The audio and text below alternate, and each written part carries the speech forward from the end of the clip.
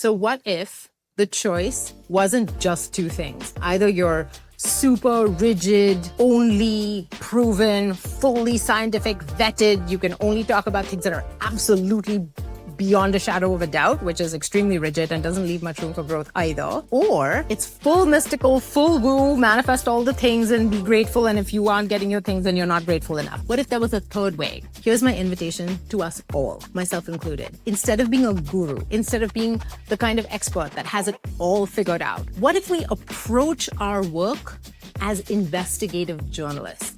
Here's why. What are the qualities of a good investigative journalist? Number one, they're extremely curious and they're extremely persistent, which means that they notice gaps, they notice contradictions, they are really sensitive to what's being left unsaid. Persistence means that they don't give up and come up with truths that not everybody is looking for yet. And that's super valuable. Number two, they have amazing critical thinking and skepticism that they bring to the table. It's actually the best part of you. That part of you that's deeply skeptical is actually a huge ally, because when you're skeptical, you're not going to accept information at face value, even if it comes from a credible source. You will question everything, and that is incredibly valuable. You're going to spot inconsistencies. You're going to look for hidden motives. You're going to become such a great student of incentives and therefore the human experience. I highly recommend that you lean into that critical thinking and the skepticism because it's extremely valuable. Number three, a good investigative journalist brings strong research and analytical skills. What happens is you end up spotting patterns across large volumes of data. You're connecting dots between different industries, different disciplines,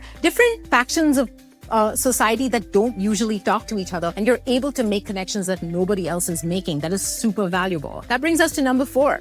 Integrity, which is a word that's thrown around the coaching space, but not practiced very much. When you are an investigative journalist with integrity, you are going to study those incentives. You're going to study human nature. You're going to examine systemic biases, including your own. And this is something that I think is so missed in the coaching space. There's a huge opportunity here for a coach who can come in and say, okay, I can see how this part is the individual's responsibility and this part is the systemic problem that affects this individual. And number five, empathy and moral imagination. Empathy means you care about the impact of your work. You are wanting to do something for both an individual and society as a whole and change the world and make it a better place.